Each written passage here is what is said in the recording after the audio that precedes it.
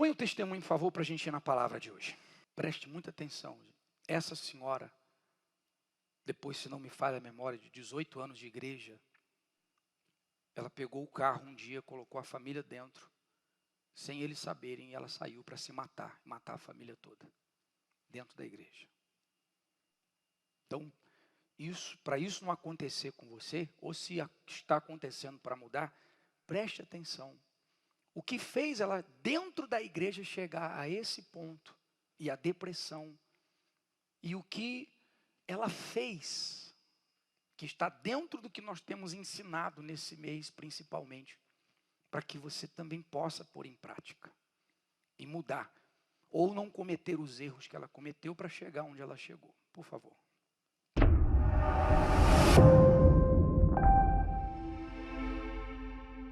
Meu nome é Luana Maria, tenho 39 anos. E aos 18 anos, eu fui mãe, né, com 18 anos. E aí acabei sendo viúva também. E aí, naquele sofrimento todo, eu me lembrei de um convite que tinham me feito. E aí eu resolvi, né, dar atenção para esse convite, que eu fui para a igreja. E lá eu encontrei, né, eu cheguei muito sedento, cheguei assim, com muito sofrimento, né, por tudo que eu estava passando. E eu me entreguei mesmo para Deus. Falei assim, é a única porta que tem, então eu vou me entregar, vou me lançar. Me batizei, aí com o passar do tempo eu busquei o Espírito Santo. Eu recebi o Espírito Santo, eu fui levantada obreira, para mim foi a melhor felicidade, porque eu queria ajudar aquelas pessoas que um dia eu tinha chegado ali também, né, igual eu cheguei. E nesses 2 anos, eu conheci o altar, né, eu conheci o que era fé, eu conheci o que era a fogueira santa. Então tudo para mim não era só novidade, mas realmente eu fazia com toda a dedicação. E ali para mim era prioridade. Mas ao passar os 2 anos, eu me afastei do altar. Eu já não olhava mais o altar como eu olhava antes quando eu cheguei, né? Então, eu comecei a priorizar a minha vida sentimental. Com 1 ano depois, que eu estava firme na presença de Deus, aí eu conheci o Raimundo. A gente se conheceu durante 8 meses e aí eu fui acelerando as coisas. Então, quanto tempo durou a entrega dela? 2 anos, só 2 anos. Por quê? 2 anos resolveu a vida dela. Ficou viúva, grávida. Então, imagina como é que ficou a vida dela. Tanto o sofrimento de viúva tão precocemente, como com as contas para pagar, a criança para sustentar. Resolveu todos os problemas. Então, depois de 2 anos, tudo resolvido, o diabo, quando não pega na angústia, no problema, ele pega onde? Na paz. Porque a pessoa começa a se acomodar. É um engano a pessoa achar que jejum, oração, estar na casa de Deus, propósitos, que isso é só para resolver problemas. Isso é um engano muito grande. E muitos caem nisso. Muitos pensam assim, a Igreja Universal é de propósito, é de fé, é de oração. A Igreja Universal resolve problemas espirituais. E pensa que a prática da fé que nós vivemos aqui, que está na Bíblia, de estar sempre jejuando, orando, fazendo campanha de propósito, de voto, de oração, de tudo. Pensa que isso são práticas da fé para resolver problemas. Não, não é isso. Resolvem os problemas. Mas isso é uma prática de fé. Prática de fé.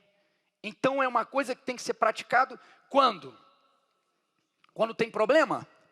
Não, quando? Sempre, porque é uma prática de fé. É uma conduta de vida espiritual. Então eu tenho que viver para manter o fogo aceso. Você vê que nós usamos muito na época da pandemia, e tínhamos lá no altar, o que está escrito, do altar, o fogo não se apagará. Mas não é Deus dizendo que o fogo do altar nunca vai apagar. É Deus dando uma ordem. Deus deu uma ordem. Do altar o fogo não se apagará. Porque o fogo do altar era aceso por quem? Pelo sacerdote. Eram eles que tinham que estar ali mantendo, acender o fogo e manter o fogo aceso. Eles não podiam descuidar. O fogo representava a presença de Deus, o Espírito de Deus. Deus disse que ele é fogo consumidor.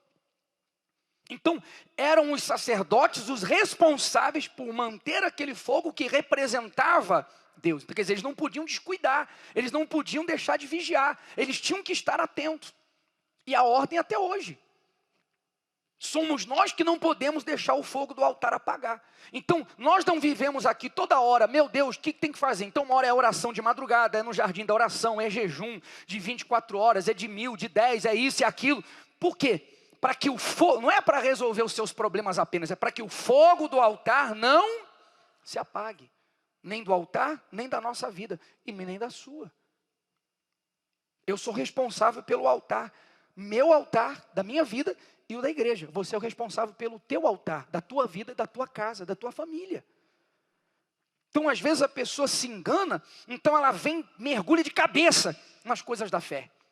Levanta de madrugada e ora, é vigília, não falta em vigília. Enfim, ela vai fazendo, ora, jejua, resolveu o problema. Pronto, não preciso mais. Por quê? Porque eu resolvi o problema. Para que eu vou jejuar? Para que eu vou orar mais? Por que eu vou na igreja, então, como eu ia antes? Por que eu vou numa vigília? Por que eu vou meditar mais na palavra? Por que eu vou fazer as coisas que eu fazia? Até fogueira santa. Para quê? Porque o problema foi resolvido. Aí vem o engano. Aí vem o engano do diabo. Então a pessoa para de praticar a fé, de exercer a fé, ela para de colocar lenha na fogueira. O fogo dentro dela vai se apagar. E o fogo se apagando, então eu fico sujeito a quem? Ao diabo. Está compreendendo, gente?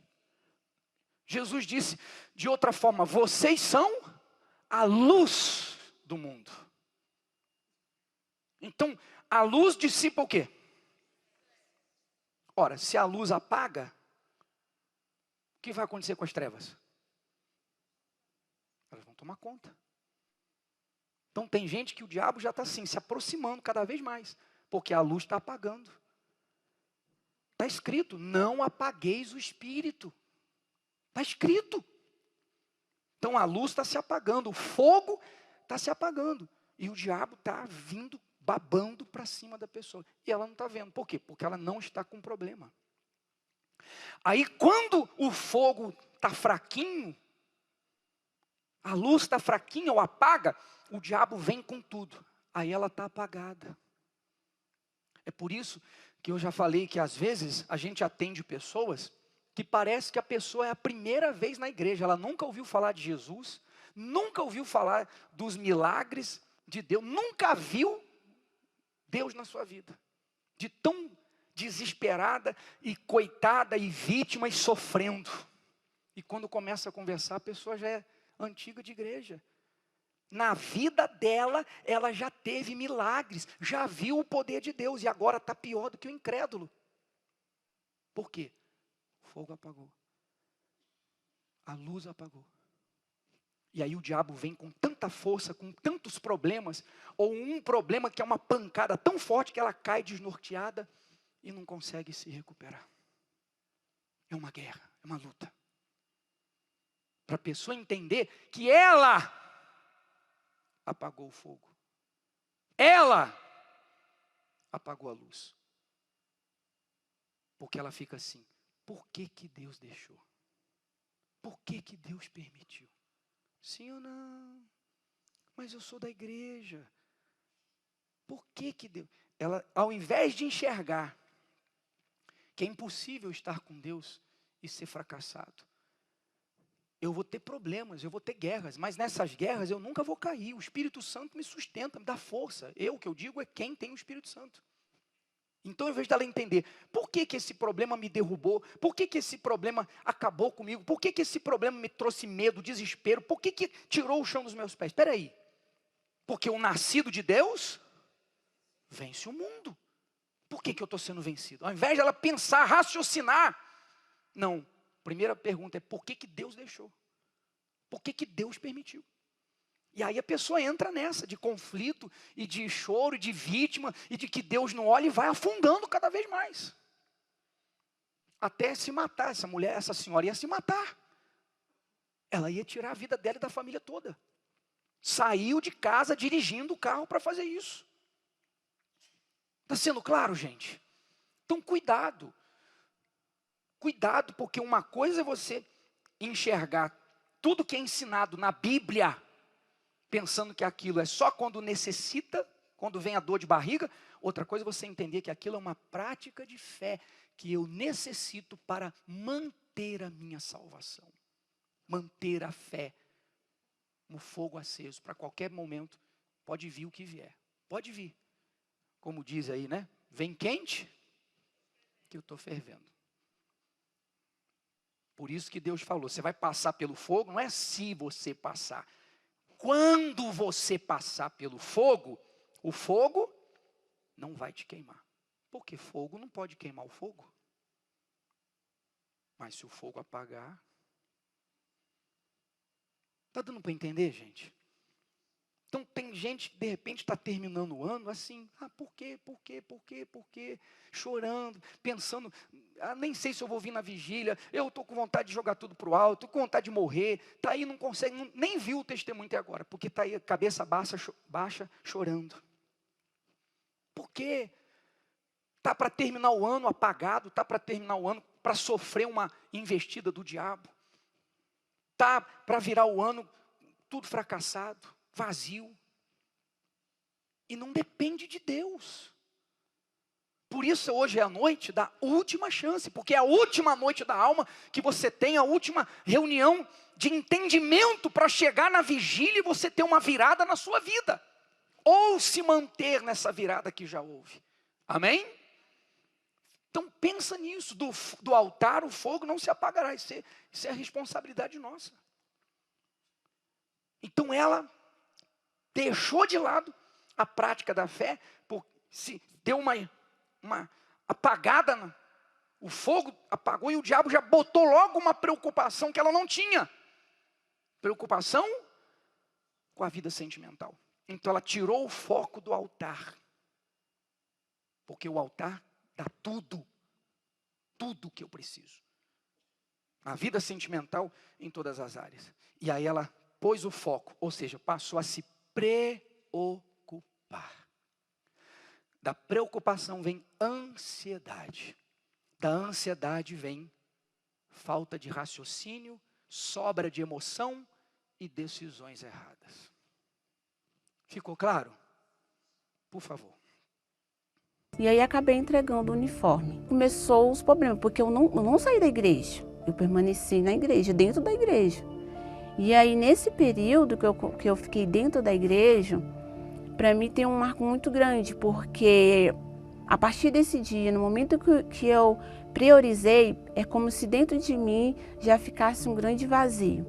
Ali, aquela coisa que eu sempre almejei, ter uma família, ter um lar, uma casa, começou a ser para mim um fardo muito grande, porque como eu não estava bem com Deus, então mesmo dentro da igreja, eu comecei a ter uma depressão, que era sutil no início, né? Então eu sempre me culpava, qualquer coisa que acontecia, eu me culpava, né? Como eu já tinha minha filha, que era do meu outro relacionamento, então a primeira coisa que aconteceu, eu fiquei fria com ela. Depois disso a gente tivemos mais 4 filhos, e o mesmo amor que eu não conseguia dar para a minha filha, eu não conseguia dar também para os meus 4 filhos. Então, eu tratava ela com frieza, tudo que ela fazia, conseguia me irritar. Eu não me dava 100% no meu casamento, eu era uma má esposa. Meu nome é Raimundo Alves, sou esposo da Luana. No decorrer do tempo, eu fui percebendo que ela se tornou uma pessoa muito fria, muito nervosa, preocupada. Não tinha aquela confiança que ela tinha no começo, quando nós nos conhecemos, né? Então isso aí foi se tornando algo muito, muito difícil. E isso aí ocasionou no nosso casamento uma situação assim de distanciamento. E isso foi desencadeando dentro de mim uma angústia, um vazio muito grande. Porque eu estava dentro da igreja e estava lá, esse vazio. Nas quarta-feiras, nos domingos, que eu buscava, ao invés de eu sair feliz daquela reunião, eu saía angustiada, eu saía triste. Eu até, de vez em quando, eu tinha algumas experiências, poxa, para mim ali, mas no outro dia estava eu lá, de novo, triste, angustiada. E eu não conseguia ir mais voltar. Eu até fiz todas as fogueiras santas que veio, eu fazia. Mas eu tinha até fé de fazer tudo. Sempre era o material. Não entregava os medos, não entregava preocupação, não entregava aquele medo, né, que eu tinha da minha filha morrer ou perder a salvação, né, porque uma mãe nunca quer ver um filho da forma que ela se encontrava. E o meu esposo também. Então até fazia sim, mas estava esse problema, né, que eu não entregava o espiritual, não entregava a minha confiança. Então eu fazia da forma errada e até eu fui passando e quando eu me via, eu já não fazia mais a fogueira santa, já não via mais importância, né? Então eu comecei a achar tudo normal. Foi aonde que eu comecei a ficar atribulada dentro da minha mente, ao passar do tempo, até que um dia a gente indo para a igreja, né? No caminho para a igreja tinha um lugar que é um ribanceiro. Então, na hora que a gente estava passando, me veio na mente aquela força, na verdade foi uma força mesmo. Falou assim, olha, mata você e a sua família, se na igreja não está tendo jeito, você já fez de tudo. Só que eu sabia que eu estava afastada do altar. Então, aquele pensamento, aquela força foi maior, a ponto de eu me ver segurando o volante e a gente descer por ribanceiro abaixo, né? Então, eu pensei sim, tirar a vida da minha família. Era um pensamento que veio. Então eu falei, meu Deus, se o Senhor me dá força para mim não cometer isso, e eu chegar até na igreja, eu vou pedir ajuda. Porque até então, nesse tempo todo, eu nunca tinha pedido ajuda. Eu nunca tinha sido sincera com Deus. Então eu cheguei, graças a Deus, eu cheguei até a igreja. E quando eu cheguei, eu pedi ajuda. Naquele momento, eu recebi uma palavra e eu me apeguei a essa palavra.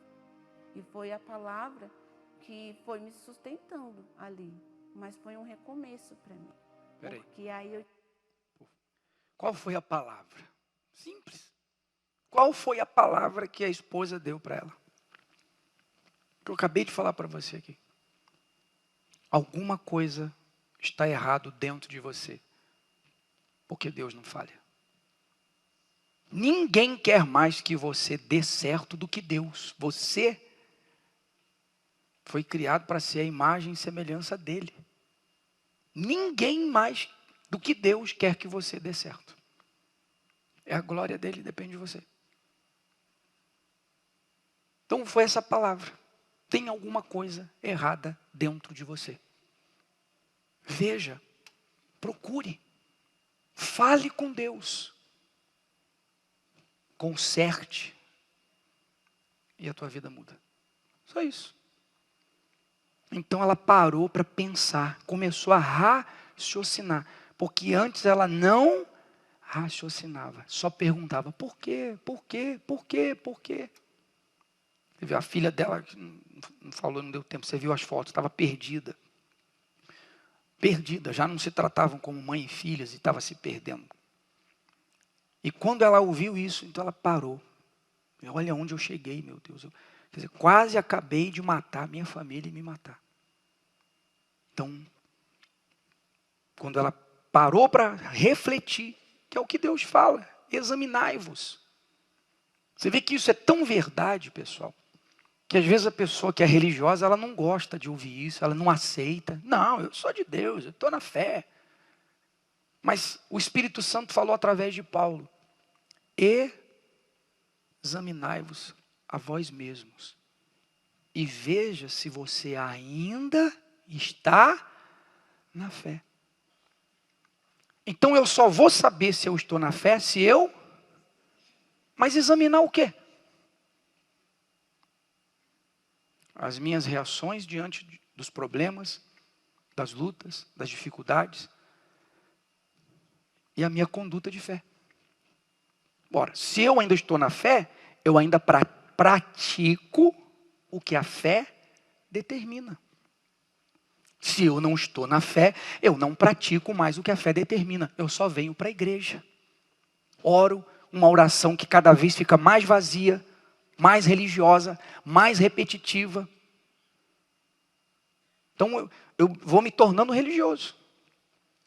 Então se eu estou na fé, eu estou praticando as obras da fé.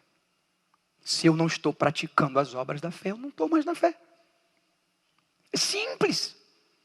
Não é difícil de entender, é difícil de aceitar. Porque o coração da gente é orgulhoso, enganoso, enganador. Sim ou não? Difícil de aceitar, de entender não. E esse é que é o problema, porque a pessoa só para pensar, raciocinar, quando dá tempo, quando ela está já destruída. Não tem mais para onde ir. O buraco já chegou no fundo.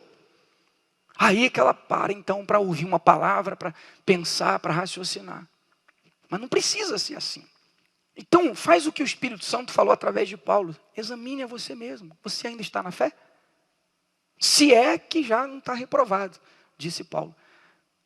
Como eu tenho que me examinar, você ainda está na fé? Você vive ainda a prática das primeiras obras? Primeiro amor? O fogo está aceso? Ou não? Eu pratiquei as primeiras obras quando eu precisei. Pensa, pessoal. Porque isso pode mudar a sua vida. Tanto você que está no buraco, como você que está aqui, mas o diabo já está preparando o buraco para você cair. Isso pode mudar a sua vida hoje. Examinai-vos a vós mesmos. Vede se ainda estás na fé. Então não tem esse negócio de, eu estou, não, eu tenho que me examinar. Paulo não falou assim, quem está na fé? Legal, continua na fé. Foi assim? Não, se examine para você saber se você realmente está na fé. Ele não perguntou quem estava e disse, legal. Não, se examine. Porque muitas vezes a gente pensa que está, o coração é enganoso. Mas quando a gente vai ver, como é que eu posso estar na fé se eu estou acomodado, religioso, não tem mais as primeiras obras, não tem mais o primeiro amor, não tem esse fogo. Como? Aí ao contrário, é dúvida. Aí começa, é uma gangorra, né?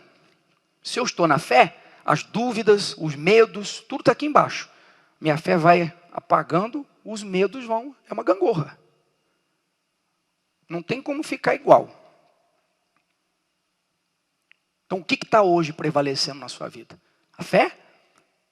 Ou os medos, dúvidas, insegurança, ansiedade, o será? É só examinar. Por favor. Tive que ser humilde, né? Eu tive que reconhecer onde que estava o meu erro. Eu estava errando porque eu não estava confiando, eu estava errando porque eu só depositava o meu financeiro. Mas não somente isso, a minha vida tinha que estar no altar. Né? E nesse tempo todinho, a minha vida não estava no altar. Então eu me apeguei àquela palavra que eu tinha que me entregar de corpo, alma e espírito. Né? Que da forma errada que eu estava fazendo, eu nunca ia ver. Então eu peguei, me agarrei a essa palavra. Eu me batizei novamente. Comecei do zero. Eu comecei do zero, como se eu nunca tivesse chegado na igreja. Então eu me batizei, eu passei por todo um processo de... Voltou ao zero. Inclusive na vigília, todo mundo pode zerar a sua vida e começar de novo. Mas voltar do zero é voltar o quê? Primeiras obras. Comecei tudo de novo. Não, já sou da igreja, sou de tantos anos. Não. Eu tenho que começar do zero, porque eu cheguei no zero. Voltou a prática das primeiras obras. Por favor. Até que eu entendi que para mim permanecer nessa mudança, eu tinha que ter o Espírito Santo. Coisa que eu priorizava, a conversão da minha filha, eu priorizava o meu casamento. E quando era para fazer o sacrifício, por causa do Espírito Santo, eu sempre deixava na prioridade a minha família. Então, eu priorizei. Então, eu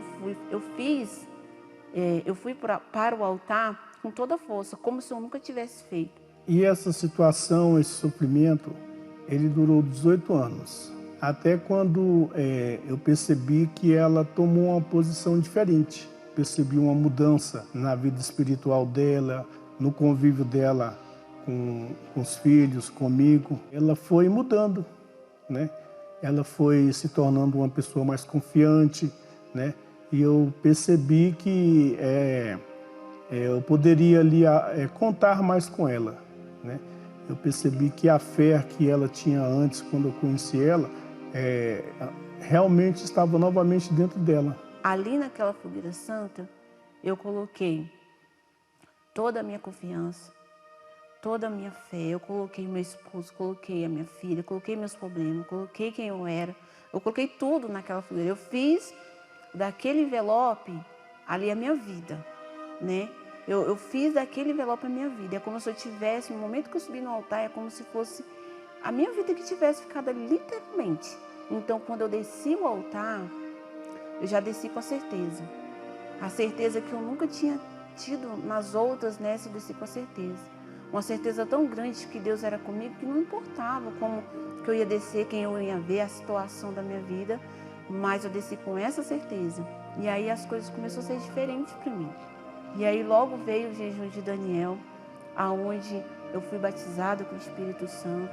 Foi um divisor de água, porque todas as dúvidas que eu tinha, todos os medos, né, todos os argumentos que vinham sobre mim, naquele dia cessou, porque o próprio Deus, Ele testificou dentro de mim, porque Ele falou para mim que Ele era comigo, não só naquele instante, não só com um período, mas Ele falou que estaria comigo para sempre, que ali eu era filha dele.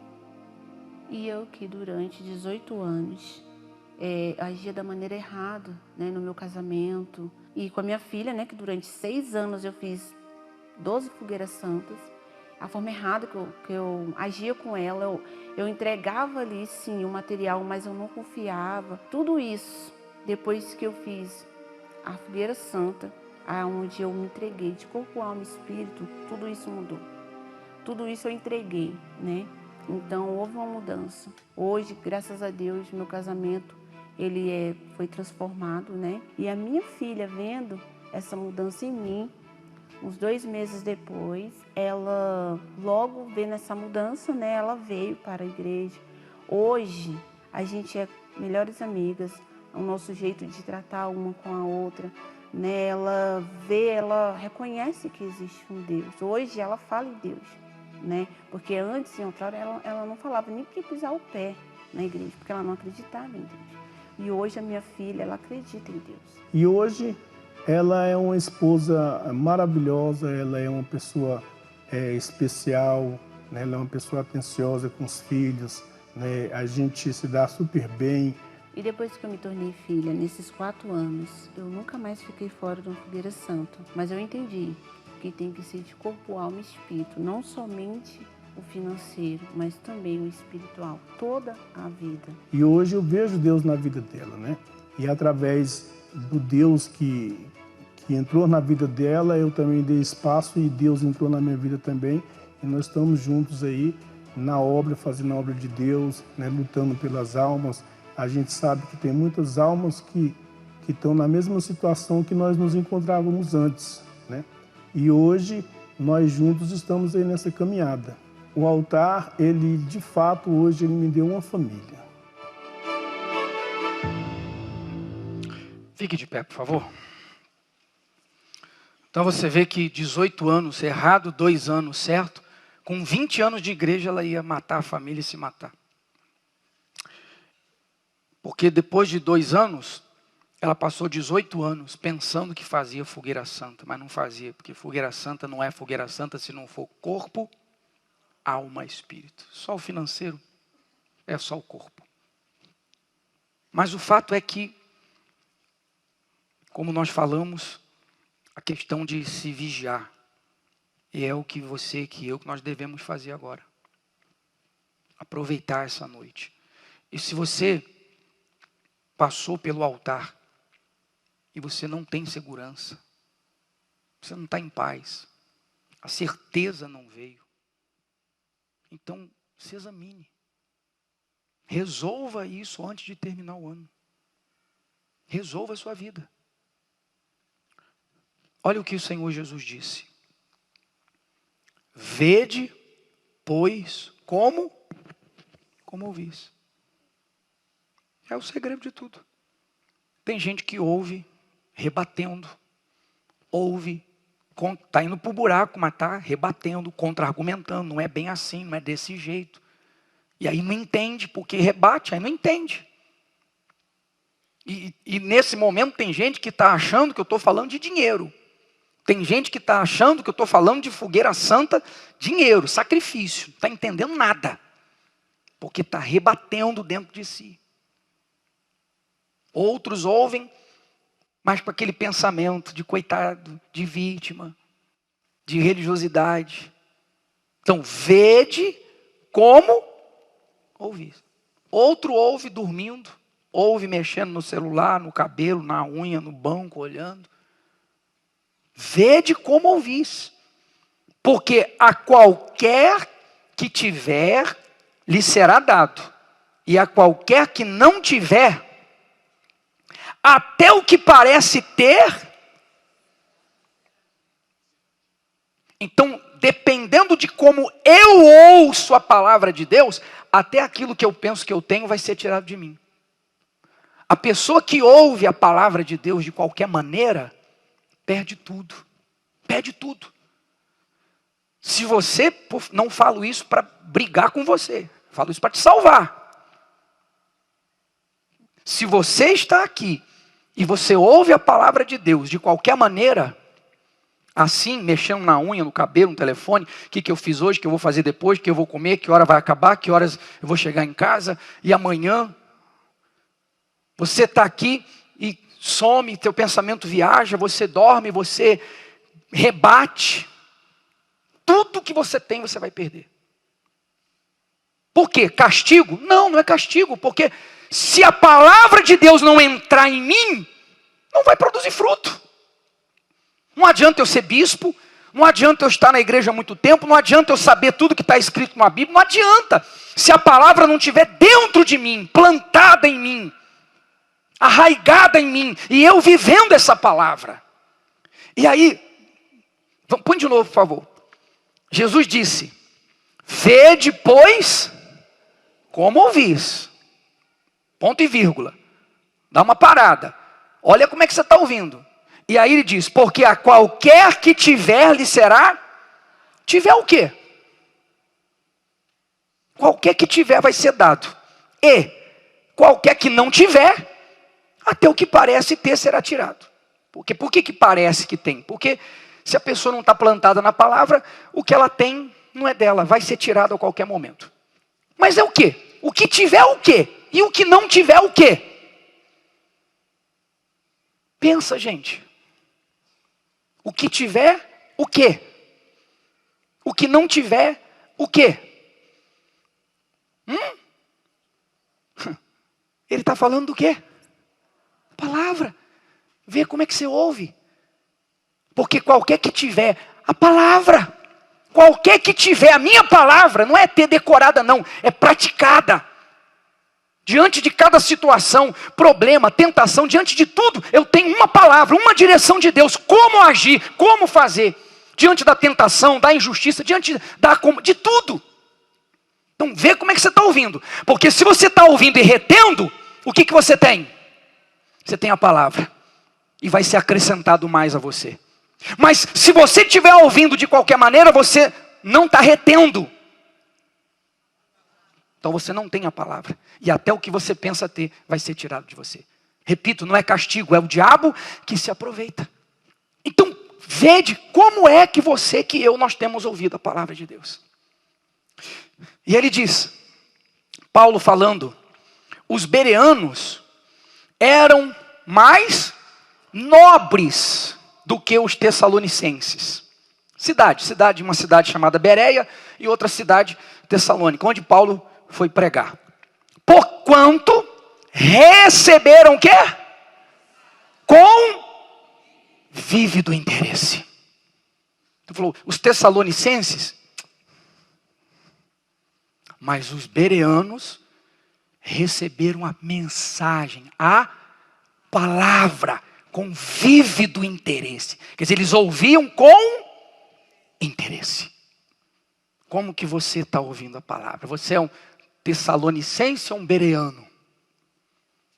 Disso depende da nossa vida. E para encerrar, põe Provérbios, por favor. Provérbios. Filho meu, se aceitares as minhas palavras. Tem gente que só quer bênção, milagre, oração.